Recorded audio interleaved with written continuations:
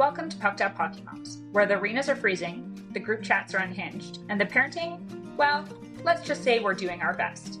I'm Amanda, hockey mom, chaos wrangler, and proud captain of the Bad Mom Squad. And I'm Brittany, mom of three, two who play hockey, expert at juggling carpools, cold coffee, and the occasional emotional breakdown in the arena parking lot. We're here to spill the tea on what it really means to raise hockey kids, from politics in the stands to mental health, bad calls, and everything in between. No filters, no fluff, just the truth. With a side of sarcasm. And yeah, we're laughing through the madness, because if we didn't, we'd be crying into a damp mitt left in the trunk since last season. So if you've ever screamed, "Move your feet," while secretly Googling the rules mid-game, you're our people. This is Pucked Up Hockey Moms. Let's get into it. Welcome back to Pucked Up Hockey Moms. I'm your host, Amanda.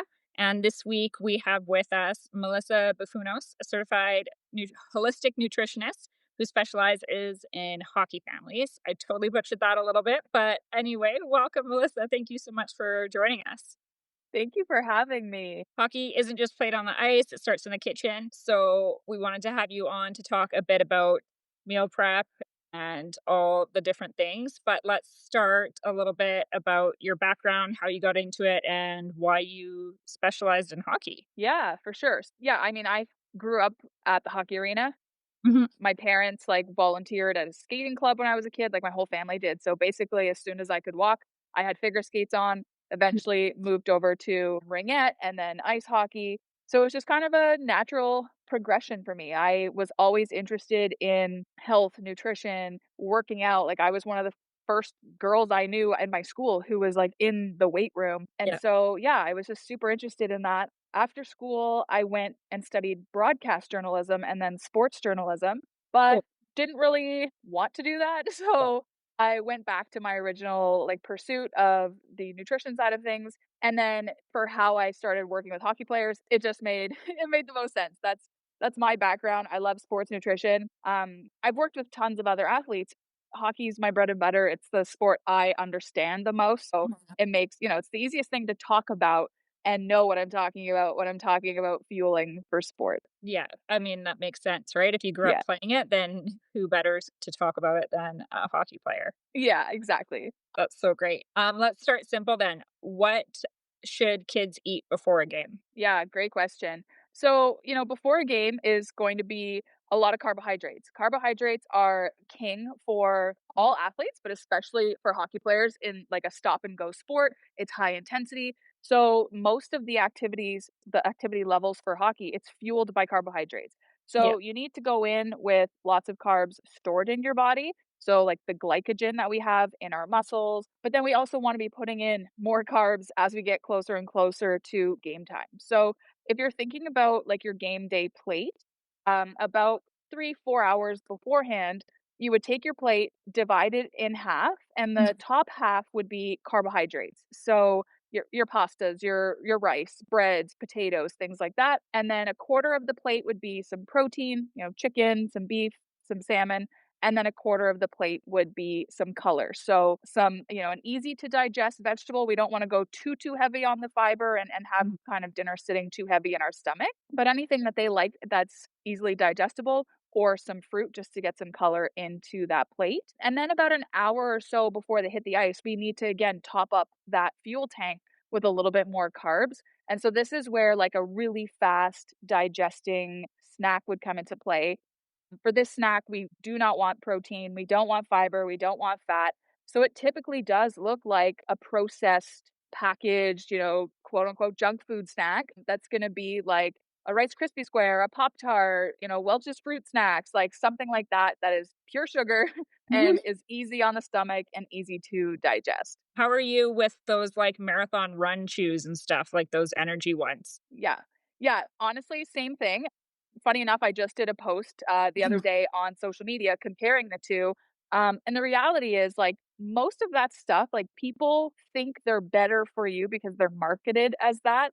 But the reality is all it is sugar, just like the Welch's fruit snacks are, but you're paying substantially more for those energy gels and whatnot. So my husband and I actually have competed in marathon, half marathon type of races. And sometimes we buy those, but, like, they cost 2, $3 per pack, or you can buy an entire box of, like, Welch's fruit Yeah. snacks at Costco, and that's what we eat. You open my pantry and you think the food is for my toddler, but it's actually for my husband and I to, like, fuel our athletic Yeah. adventures. That's awesome. Welch's Yeah. are amazing. I love Yes. their fruit snacks, so I'm totally happy to go and stock up on more of those. So, Yeah. because yeah, like I love the Stinger little chews and stuff Yeah. because it's easy to have on the bench with the kids. And I Yeah. have seen in like a period, like between periods, if like my daughter throws that in, that she does not lag as much, right? And it doesn't sit as hard as a banana or Yeah. an applesauce or an apple juice or something. But what about, like, electrolyte drinks and stuff like that? What are your thoughts on those? Yeah, that's a great question. So, I mean, it really depends on the game length and situation. So, one thing is like electrolyte drinks and sports drinks are two very different products. And that's one thing a lot of people kind of get confused. And again, it's like that marketing. Like the electrolyte drink companies are really, really good at Mhm. saying, we're better than Gatorade, we're a sports drink, but they're Yeah. not. So, if there's no sugar in it, it's not a sports drink. A Mhm. sports drink needs to have sugar in it to make it a sports drink.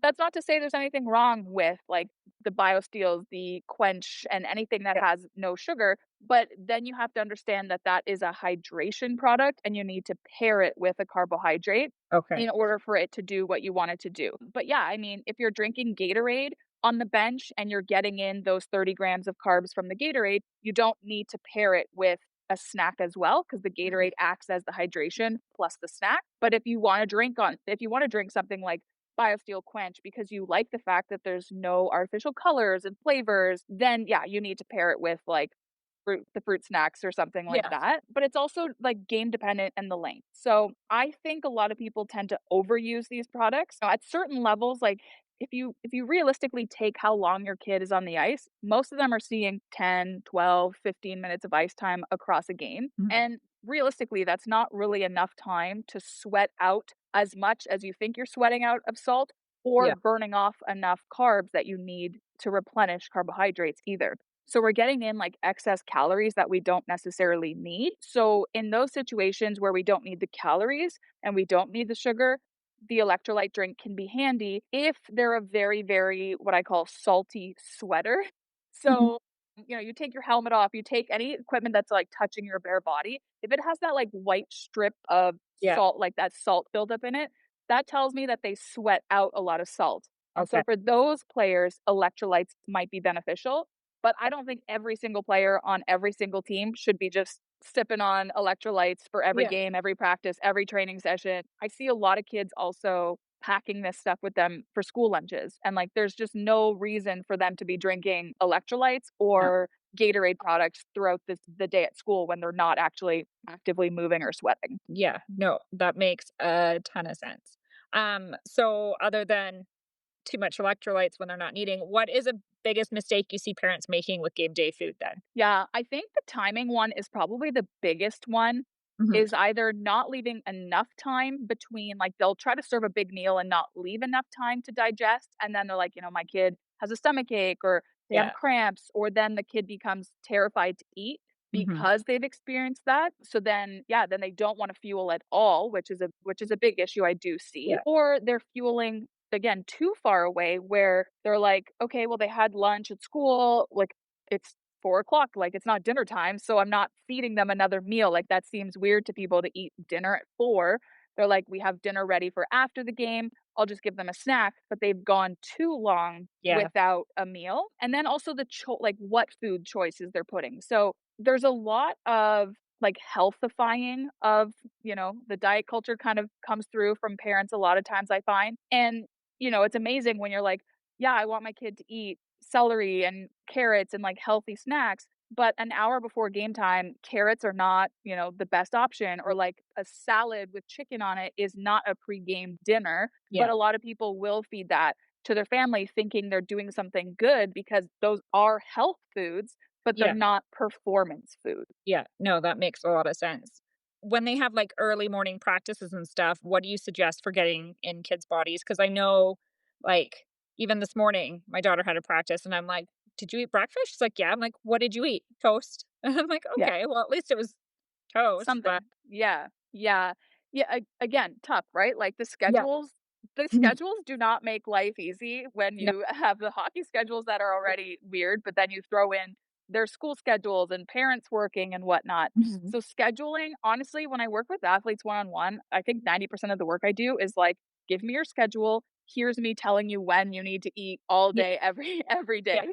And so for breakfast, yeah, like I'm not a morning person. So I'm not like if I have a 9 a.m. game or practice, I'm not waking up at 4 o'clock in the morning to have the 4 hour window to digest a full meal. I'd much rather sleep. So, what you do there is you start shrinking the meals. The closer you get to game time, the smaller the meals need to be, and the less like protein, the less fat and fiber need to be in those meals. So, instead of like 3 to 4 hours before having that bigger meal, you might have a smaller snack, like a bigger snack than the pre-game snack about 2 hours before. So the example you gave of your daughter having like the toast would actually be pretty good.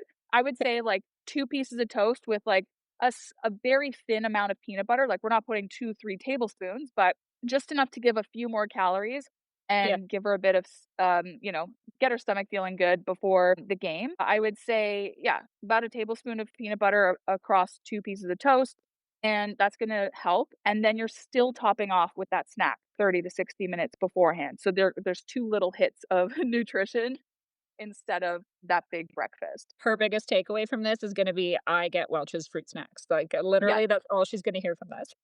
You know what? It's so funny because like parents will message me or coaches will message me and be like, "Hey, can you come do a nutrition workshop with our team? And by the way, like can you tell them we don't want them drinking Gatorade and like sugar's bad?" And I'm like, "I'm going to tell them the exact opposite. Yeah, And I'm gonna tell them that candy's really good and that, like, they could go to the gas station and buy, like, Sour Patch Kids, and that's actually a good, like, 30-minute snack right before. And, like, parents honestly will, like, kinda look horrified. And I'm mhm, like, I'm not telling them to eat sugar and sit on their butts all day and not do yeah, anything. Like, if I was working with someone who's a sedentary person, this mhm, is not the advice I'd be giving them for health, but hilarious. performance nutrition and health nutrition are two very different things. Yeah, that's so funny. My Yeah, husband keeps candy on the bench whenever he's coaching, and he'll totally, like, shove candy at the yeah, it's perfect. Yeah, It's I mean, perfect. It's cheap and it works. he chews on it so he doesn't scream at children, but You know what? That's also a good use of it then. Yeah, yeah, it's a tool. It's a double factor, but yeah. that's so funny. Now, on the case of, like, a long weekend tournament and stuff, is there any extras, like carb loading the night before? Like, what should be packed for that Ye scenario? Yeah, tournaments are tricky. So, yeah, you know what? My advice for, like, everything is always the more you can plan ahead of time, the better it is. So, it's like sitting down the one free day people have, which is probably never, but, like, if you have some free time on a Saturday or Sunday to just look at the whole schedule for the whole week and know exactly when, like, who's traveling where, how long does travel take, and that's like the parent schedule and kid schedule and school schedules and hockey schedules. And then when you add in a tournament, you're just compounding all that into an even tighter schedule. But if you know, like, these are the game times, and you start kind of working backwards from game time, saying, okay, 3 hours before is when I should have the meal. Do we have 3 hours before? Nope. Okay. We only have 2 hours. Here's the smaller snack options that we have. And then you have to have all of those things with you. So you can't just rely on like, I'm just going to go out to eat. Well, oh no, if we only have 2 hours, like you don't have time to get undressed, find a restaurant, take a reservation, like go sit down, order food. Mhm. Next thing you know, they're eating and 30 minutes later they're back on the ice. And that's why kids are sluggish, not feeling great after having chicken fingers and fries, Yeah, 45 minutes before they go back on the ice. So it's really just like planning as much as you can, as much ahead of time, like packing, overpacking. Like I'm a big fan of overpacking. I have more food than I ever need in any situation when I leave the house because yeah, I'd rather be safe than sorry and not have to rely on other things.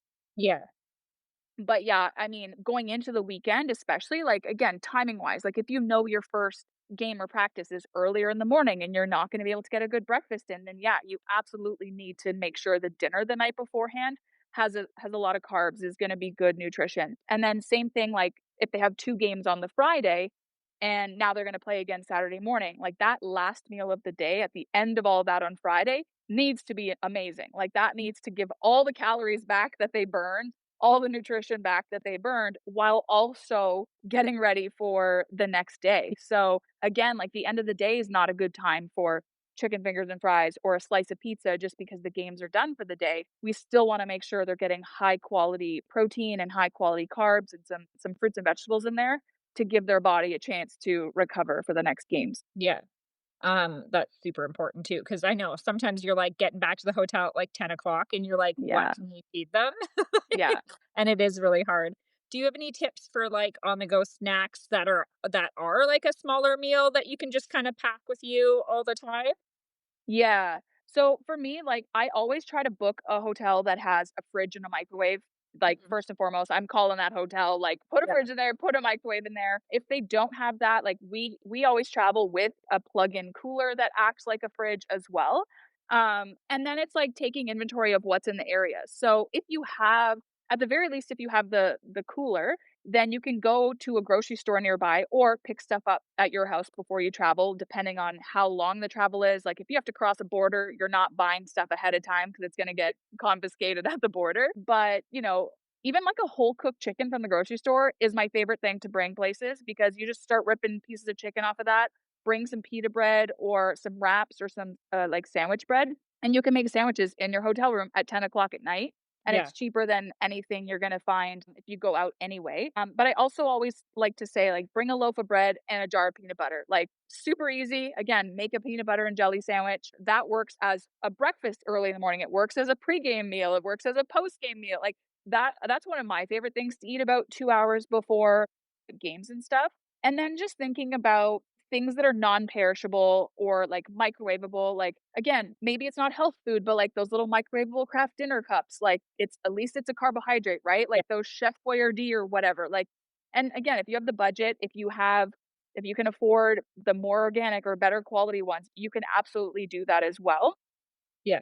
But I always say, like, travel with like a cutting board, a sharp knife, like bring some microwavable like Tupperware containers or whatever so that if you find things at the grocery store, they make those rice packages that you can like put in the microwave for 90 Yeah. seconds and then eat too, right? So there are tons of options that you can buy that are affordable, that are not going to cost as much as eating out at a restaurant will, and you can still end up with really good meals that are almost as good as eating as at home. You're making me feel a lot better about some of our travel choices because we've definitely done, like, the craft dinner or the Yeah. sandwiches or, like, the rice pouches, and normally I Yeah. feel super guilty. I'm like, No, "This is don't. all we're eating right now?" Yeah.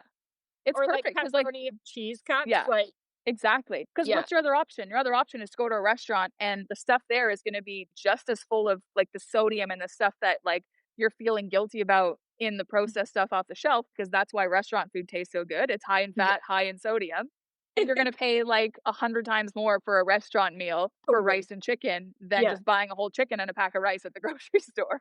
I love buying the So, whole chicken, it's so true, you yeah. can't just rip it off, and yeah, Yeah. that's great. And most hotels do have a little fridge. It's Yeah. the microwave is key. I had one hotel, they were, like, charging me 50 bucks a night for a microwave, I'm like, "This is so crap, it's just a microwave." Yeah. The Yeah. microwave I itself was $50. I would literally just bring my microwave from home at that point. Like, Yeah, what are they right, gonna do, right? yeah, that's so true. Um, what about chocolate milk? What are your thoughts on that? Because I know that's a big Yeah. one for a lot of people. They've always heard that. Honestly honestly love it. It Yeah. for me, it hits all 3 of the components of the recovery process, especially. So, when I'm talking about recoveries, I do what's called the 3 Rs. So, we wanna refuel, replenish, and Mhm. rehydrate. And so, refueling is the carbohydrates, which is the chocolate part of that, that's the sugar. Then the replenish is the protein, which milk has protein in it, and obviously it's a liquid, so it's rehydrating. So it's honestly the perfect, like, all-in-one snack for that, like, 15 to 60-minute window after they get off the ice, where they do need to start kickstarting the recovery process, especially on a tournament weekend where now you're gonna have limited time between games, like and again, like, chocolate milk, you can find it everywhere, like, that is something that if you forget something, they probably have a vending machine with chocolate milk, or the closest Tim Hortons or McDonald's or whatever Or has gas chocolate milk. station, you Gas stations. Chocolate milk is amazing, and for any athletes who don't eat dairy, like, don't consume dairy, like, chocolate soy milk would be the next closest Mhm. alternative because the coconut milks, the almond milks don't have enough protein in them or enough calories to be a Yeah. one-for-one, like, a trade-off. Okay. Good to know, good to Yeah, know. Supplements. What are your thoughts yeah. on supplements for kids? Yeah, so they can definitely make a huge difference. So, I mean, the reality is like even those of us who have a perfect diet, and none of us do, but like even if we ate a perfect diet, all the colors, all the fruits and vegetables, the reality is like fruits and veggies don't contain as many nutrients as they used to because of the growing process and like picking stuff before it's ripe and the packaging and shipping. Everyone's diet is going to be lacking some vitamins and minerals no matter how great they eat. So when you add in the fact that kids might be picky, you have crazy schedules and it's hard to eat. Most kids are going to have lots of nutrition like gaps. Is it enough to call it a deficiency where a doctor's like, "Oh my god, they're anemic or whatever?" No. But I'm trying to make sure we're not getting to that point. We want to cover those gaps before they become deficient. Mhm. So for me, like a good quality multivitamin at minimum, you can really never go wrong with that. Especially because they're also like high intensity training, which also can deplete your immune system. And then they're at school, which is a cesspool of germs. Right. Like they're literally getting attacked on all ends for their immune system. So, yeah, good multi, pretty much never a bad idea. Again, you want to just make sure you're using like reputable brands, high quality products. For us in Canada, like vitamin D is also huge starting now pretty much until April. Because as we lose the sun, like Mhm. we can't really produce vitamin D. So vitamin D is super helpful. And then just depending on the gaps in someone's diet, like if they don't consume any type of fish, I might recommend a fish oil to help with some of the inflammation. If they are someone who has some issues with iron, I might recommend an iron. So that's where in the one-on-one kind of situations, we'll Yeah, go into deeper stuff. But on a general level, I pretty much recommend a multi and vitamin D to everybody. that's a great idea. I know multivitamins are huge. I need to be taking one. I always forget. Like Yeah. I take enough pills that I'm like, oh right, adding a vitamin would be good too. Yeah. Yeah.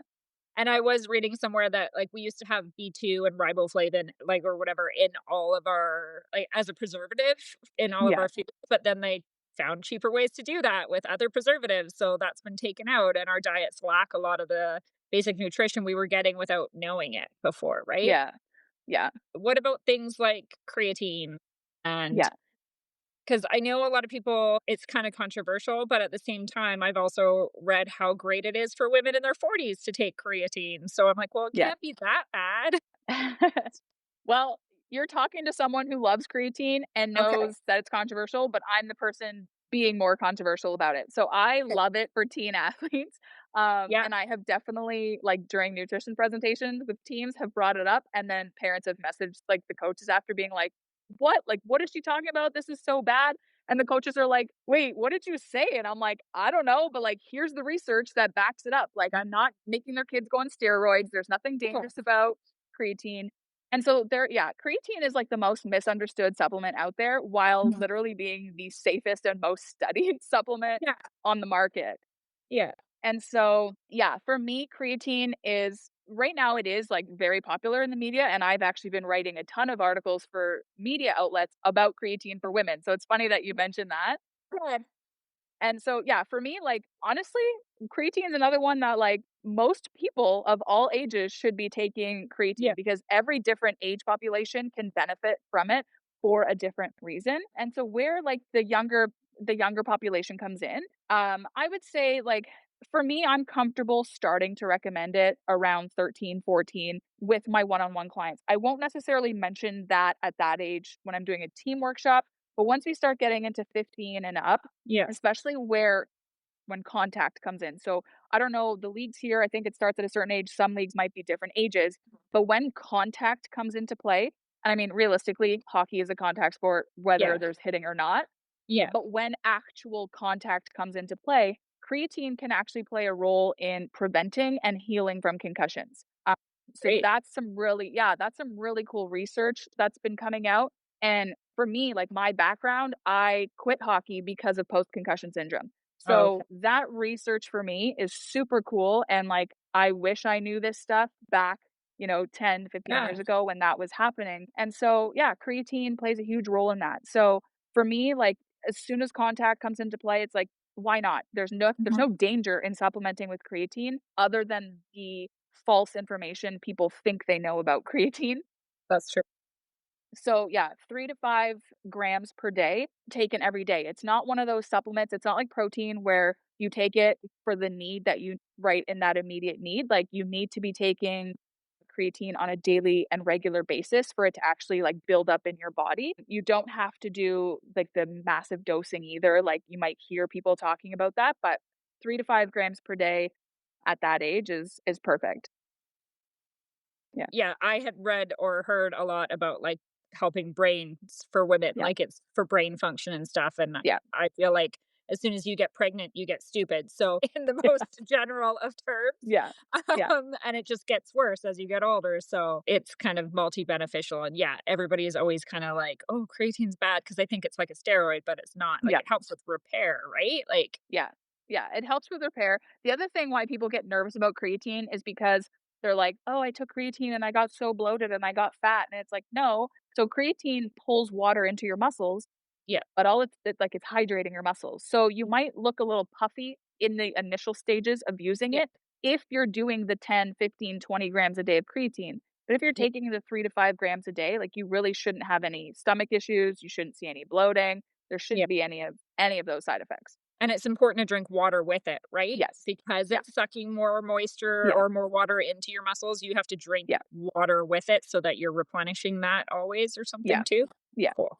That's awesome. So how do we balance fueling all kids in the family versus just hockey players when you have other siblings? What are your suggestions in that? Yeah, I mean, the reality is everybody in the family can eat the same meal. The only difference is the portion sizes are going to change for the athlete in the family and just the timing. Like they might need to eat 2 or 3 hours before their sibling does. And that's the thing parents have to kind of keep in mind and the portions because same thing like sometimes kids depending on their age and a high like the level of hockey they're playing, they might need more food than the parents. And I've had parents come on calls with me and they're like, "Yeah, my son, his portions are getting really big and I just think he's thirsty. So like I make him drink water before he eats." And I'm like, "No, you're a sedentary dude. Like he is supposed to eat more than you." So like if your kid is out eating you, that's totally fine. So yeah, it's really the portion sizes. Like half their plate's going to be carbs, whereas you as the parent, maybe only a quarter of your plate is carbs, or the siblings are going to have a lot less carbs. But realistically, they can all eat the same types of foods. Yeah, desk jobs don't need the carbs. No. Yeah. No. Yeah. It's And I guess sick. the only other place where it can become an issue is like, yeah, if the non-active kids are seeing their siblings eating candy all the time, like I can see where that could be a Yeah. thing. But Yeah. it's like, okay, just give it to them in the dressing room or something away from The away from hockey the bag. kids who see it. Yeah, exactly. Yeah. This is your stinky hockey candy, right? Yeah. Like Yeah. so funny. I was gonna say, oh, girls versus boys. Like, I notice girls snack in smaller bites, like, because I have both. I have one of each or whatever. And yeah, my daughter's only nearly 14 now, so she's just gearing up, but they're on the ice about the same amount of time. Yeah. I find it's harder to get her to eat larger portions. Yeah. Even when she's active more, like it's slowly increasing. Whereas my son will like pack down 2 chicken breasts and a full plate of rice, right? Like, Yeah. so Yeah, I see this a lot too, and I think this honestly comes from peer pressure. Like, I know from me growing up as a kid, that's what I experienced. Like, you would go sit down at lunch and, like, your friends would have a granola bar and an apple and be like, "You're eating again?" And, like, as I got older, you'd get, like, the boyfriends being like, "Oh my god, you eat more than me," and, like, making stupid comments. I had parents yeah, that would make comments like that when I'd eat at someone else's house, and it makes you self-conscious. And even if you're tiny, like I was 100 pounds soaking wet and not, never fat or anything, but it starts to go into your head of like, oh my God, I shouldn't be eating this much. So I see this a lot where girls that are at school don't eat. Like so many parents of teen female athletes will say, we pack her lunch, she eats a granola bar. That's all she eats all day. And mhm, an apple. And I unfortunately, like, I don't even know what the solution is other than to keep having these conversations and just keep educating athletes about, like, you know, you need this fuel, you need this food, you can't look at what's on other people's plate. Like yeah, even two people that are the same size in the same sport don't need the same nutrition. yeah, And I think, hopefully like diet culture is starting to change, sports culture is starting to change a little bit more and diet culture is slowly leaving some sports. And you're getting some better role models that are coming up now, like the Alona Mars of like the rugby world that are posting mhm, about like being in these bigger bodies that are athletic and needing to eat. And it's amazing. But I think to like that's what I think is the issue with Mhm. girls is it's just really the self-consciousness and their bodies are changing. So they're already starting to feel uncomfortable. They're like, "Oh my god, I have hips now. Like, am I getting fat?" Like, no, you're going through puberty and you're gaining hips. You're Yeah. not, putting on fat or anything like that, but they don't get it. So it's just having those like safe conversations and open conversations with them about those body changes and like the peer pressure and whatnot. Yeah, body image is huge. I will say, like, I'm 6 feet tall, so my whole life, everyone just told me I was big, Yeah. right? And that is a very I didn't realize until I was older, that's a very damaging word for a girl, pardon me. Yeah. Like, to be told you're big for so long I was skinny, like, I was Yeah. tiny, but I thought I was fat all the time, Yeah. right? And people Yeah. thought I was crazy, like, I thought I was fat because I the word "big" was used Yeah. so often. Yeah. And so, like, my kids are tall, and I try and use the words "tall." Like Yeah. Yeah. or skater's bum, because my daughter definitely Yeah. has a skater's bum. Like, I'm Yeah. like, "Boobs are healthy, muscles are healthy. Don't Yeah. ever be ashamed of your muscles because you're strong Yeah. and you can Yeah. bench and you can back squat." Like, those things are awesome. Um, Yeah. Fortunately, like, they're in a group of their peers that are trying to out bench each other or out like Nice. lift each other. So Yeah. that is a very supportive community when they eat. But yeah, body image is really hard for girls. I know my son says the same thing though. Like, Yeah. boys don't talk about it as much, but they still feel it. Yes. So, yeah, it is a sensitive topic for them, but I guess, yeah, the conversations of just telling them that food is fuel and a non-athlete versus an athlete, they don't need the same fuel as you. So, Yeah. they're not gonna be eating the same as you because they're sitting at home playing video games and you're, like, doing a ridiculous amount of cardio. So, Yeah. Yeah. And I find too, like when you start like asking the questions and diving into things, like you can kind of get them in tune with their body a bit and maybe even journal a little bit where you're like, mhm, okay, write some notes about like how this practice felt after eating one granola bar for the last mhm, 10 hours. And then it's like, okay, now let's practice. Like, let's be a scientist of our own body and like experiment and like, let's see what happens if we do this. How does this feel? And yeah, kind of getting them, because this is what I do with like adults too. It's like you have to mhm, get them to make their own decisions and realize what like me telling you how to eat isn't going to do anything for you. You kind of have to like aha on your own based on like the tricks I pull behind the scenes to make yeah. you see what's working for you kind of thing. Yeah. No, that's totally like having them do their own research and seeing the choices and the outcome is huge. Yeah. Now you work with a bunch of different ages. What is your favorite? Like I know, or maybe just say what age groups do you work with? Yeah. I think my favorite age group is probably like 14 and up, because they're already starting to like they can get more involved in the kitchen. Like they should be taking some responsibility for some of their meal Mhm. prep and things like that. And it's an age group where again, like body changes are coming into play, hormone changes are coming into play. They need to understand how nutrition affects their growth, their hormones, all that kind of stuff. I've worked with kids as young as like 7, 8 years old, but I find like you really need the parents for that. And it's hard to like, you can't sit with a group of 8-year-olds for an hour talking about nutrition without them like being like banana poopy butt. And you're like, cool, like that's awesome. Yeah. I need to talk to their parents about like, the subconscious things that we're doing to like Mhm. get better nutrition on their plates and the parents are kind of just building the plates for them and putting it down in front of them versus like trying to make the athlete take the responsibility of that. So yeah, I would say the like Yeah, 13, 14 up to like, 18, 19, 20-year olds is what I mostly work with. that's awesome. Well, thank you so much for coming on. I appreciate all the different tips and advice on fueling athletes because it is very important.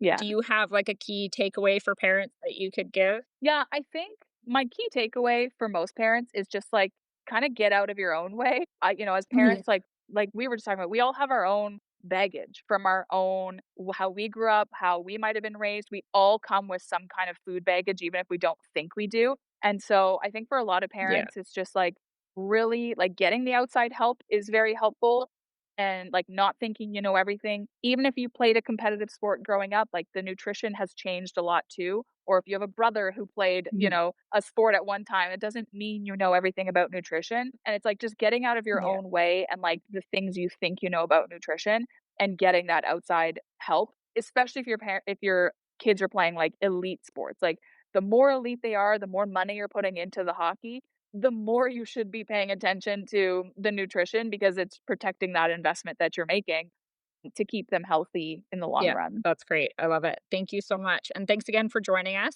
I Yeah, will post links of how to find you on a website and the social media so that people can reach out to you if they have any more questions. sounds great. Thanks so much for having me. Thank you.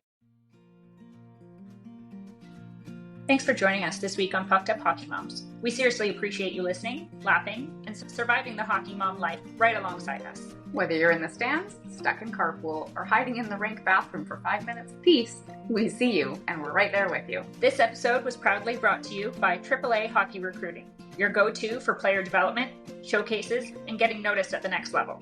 Whether you're aiming for junior, prep, or NCAA, they've got the tools, the know-how, and the hookup. Check them out at AAAHockeyRecruiting.com and tell them the Bad Mom Squad sent you. Until next time, stay loud, stay proud, and stay a little bit pucked up.